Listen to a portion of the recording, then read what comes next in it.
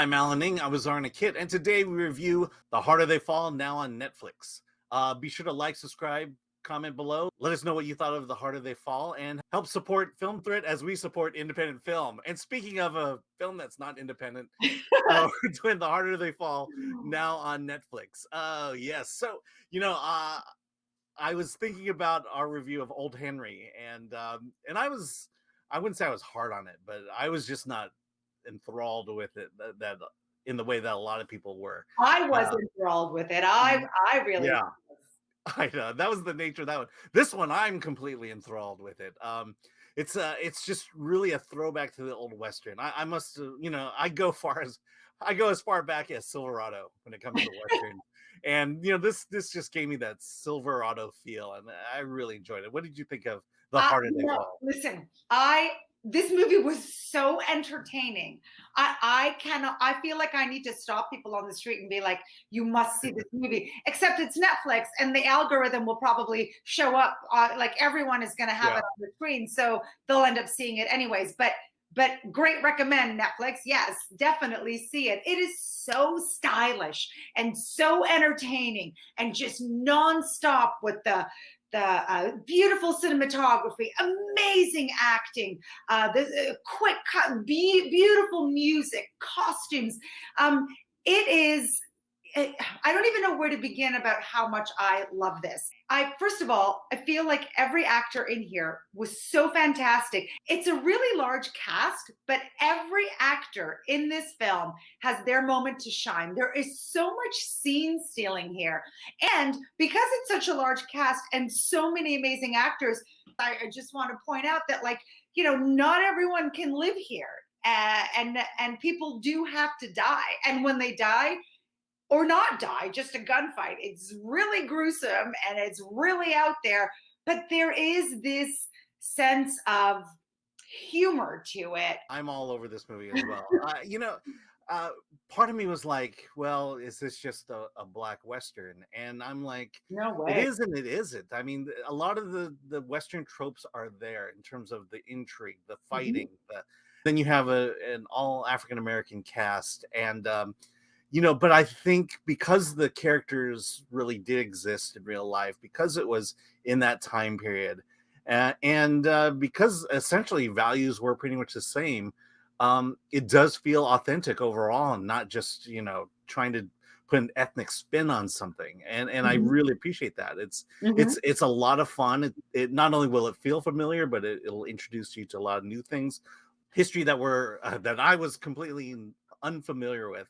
The fact that it's on Netflix, I mean, it is getting a theatrical, but seeing it on a streaming platform did not take away my enjoyment of all the action that was happening. It's not like when the movie ended, I was like, gosh, I just love this movie.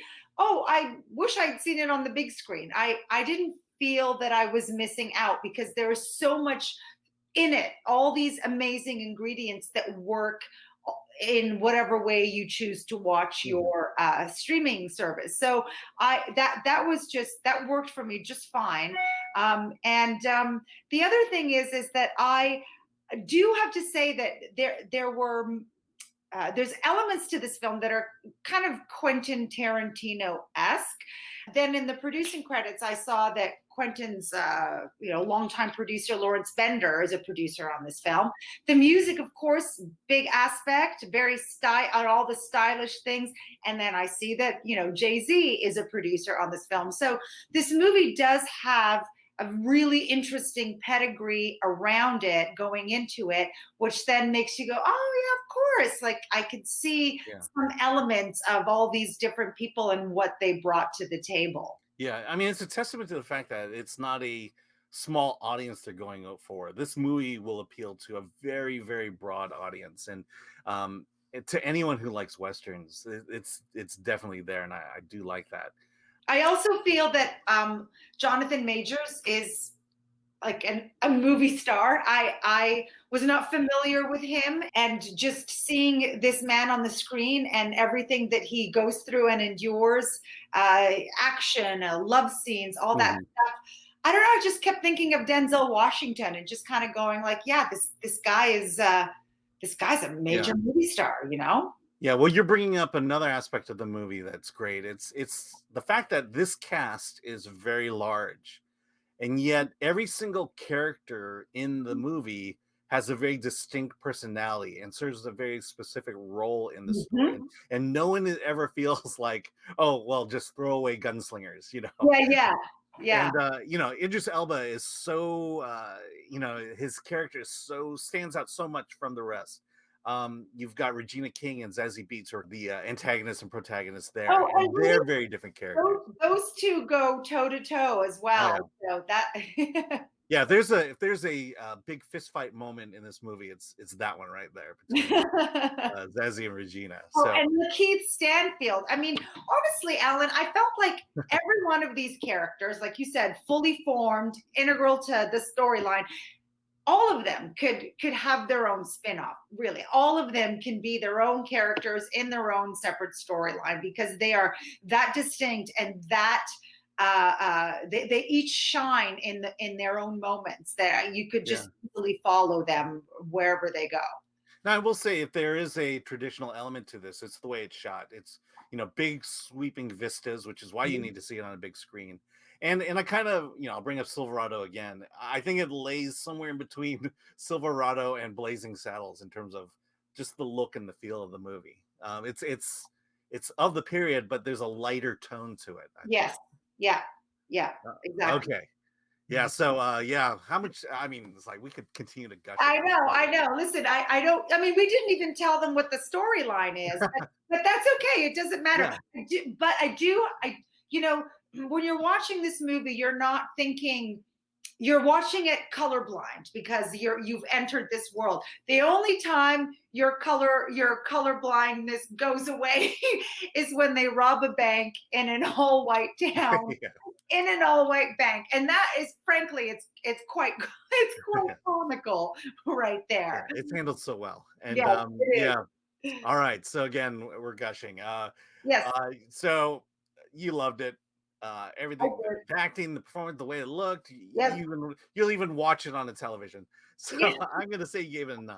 I did give it a 9. I did give it a 9. I enjoyed it so much more than I ever expected. I just, I don't gravitate towards westerns, and I feel like this year we've seen Old Henry, which to me was fantastic, and now this one, Harder They Fall. So I'm 2 for 2 on westerns for 2021.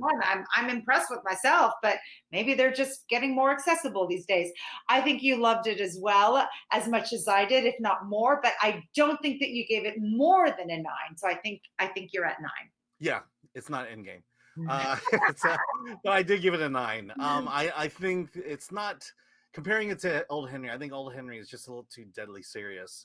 Oh, This it's one's very smart, serious. Yes. Yeah. this one is just fun. I could watch it over and over again, and again, just my return to my love of westerns. So there you go. So again, be sure to like, subscribe, comment below, let us know what you thought of Harder They Fall now on Netflix. And with that, let's get out of here.